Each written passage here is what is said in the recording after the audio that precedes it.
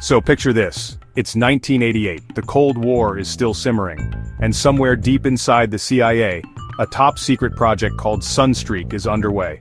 Their mission? Not to spy on the Soviets, but to find the most legendary relic in human history, the Ark of the Covenant. Yeah, you heard that right. The CIA actually tried to use psychic spies to hunt down the Ark. In the high-stakes paranoia of the Cold War, no potential advantage over the Soviets was off the table, no matter how bizarre. This wasn't a Hollywood blockbuster, these were real-life agents operating under a top-secret program, codenamed Sunstreak. Their mission?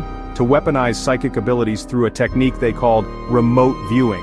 The theory was that trained individuals could transcend space and time, perceiving objects and places anywhere in the world. It was a structured protocol for extrasensory perception. Wild, right? And according to newly declassified files from one specific session, the results were astonishingly specific. The remote viewer described seeing a wooden chest, intricately gilded in gold and silver, and adorned with 6-winged angelic figures, a detail eerily matching ancient descriptions of the Ark's cherubim. That's eerily close to what the Bible describes as the Ark, so where'd they say it was? One remote viewer, a guy named Major Ed Dames, said he found it in the Cave of the Patriarchs, a crypt in Hebron where Abraham, Isaac, and Jacob are believed to be buried. Imagine the Ark just sitting under the feet of world history in a place most of us have never even heard of.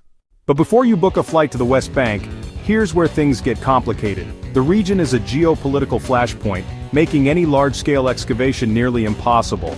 And that's just the first hurdle. There's a catch, maybe several. The whole remote viewing thing? This wasn't some fringe experiment, it was part of Project Stargate, a multi-million-dollar US government program born from Cold War paranoia. But after 2 decades, the CIA's own analysis in 1995 was damning. It concluded the program never produced a single useful result. In other words, all that spy movie psychic stuff? The experts called it bogus, a classic case of wishful thinking funded by taxpayer dollars. Even Joe McMoneagle, the very first psychic spy in the program, said unless someone actually found and produced the Ark, the session was worthless. Without physical proof, the incredible claim remains just that, a story.